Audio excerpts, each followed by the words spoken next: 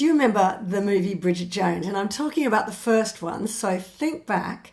And there was that scene where Hugh Grant's character, Daniel Cleaver, and Colin Firth's character, Mr. Darcy, have this massive punch-up. They're fighting over Bridget Jones and they're punching each other, and they land in this Italian restaurant and they're pashing each other and they end up in the cake, and then they fly out into the street.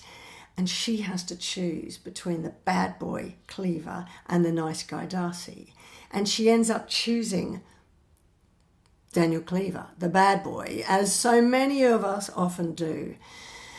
And then he sort of comes around and he looks at her and he says something not very nice, you know, oh, you, me, Bridge, we belong together, you, me, and your little skirt. And she has this light bulb moment, bing, that goes off in her head, and she goes, I'm sorry, that's not a good enough offer for me. And I just love that, because it really is a great way to look at relationships. Is it a good enough offer for you? So I would ask you, is your relationship a good enough offer for you? And the way you can tell is these questions. Do you like them? And I'm not saying, do you love them? I'm saying, do you like them? Do you really like them as a friend? Do they share the same goals, your core goals in life, your core values, your core beliefs and dreams? Do they share those? Or if they don't, are they supportive of them and encourage you with them? Is this relationship that you're in true to who you are? Is it really bringing out the best in you? And are you bringing out the best in them? And are you really in that living true to those core values and goals that you have? And if not, and you're sort of waiting and hoping for them to change because they're promising that they will, and any bad behaviour that they're showing is not really them and I'm going to change. Don't you worry, I'm not really like that. What if they never change? Can you accept them for where they are right now? Just as Mr. Darcy says to Bridget Jones, I love you who you are. No, I like you just the way you are.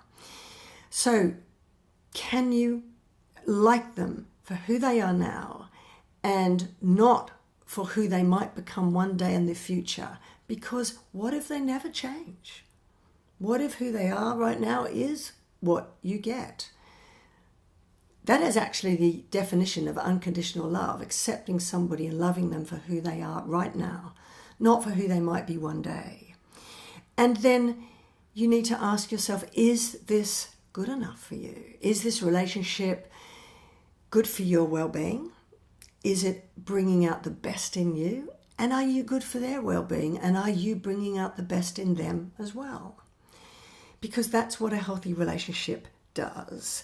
And finally, I guess, will I look back on this relationship with, say, in 30 years' time, with fond memories or regret? Now, I know that if I stayed in the abusive relationship with my ex, 30 years on, I would be looking back with regret. I've now been married to my husband now, who is the most wonderful man, who I like and accept for who he is, who brings out the best in me and I bring out the best in him. And I'm not wanting and hoping for him to change, because I just love him the way he is now.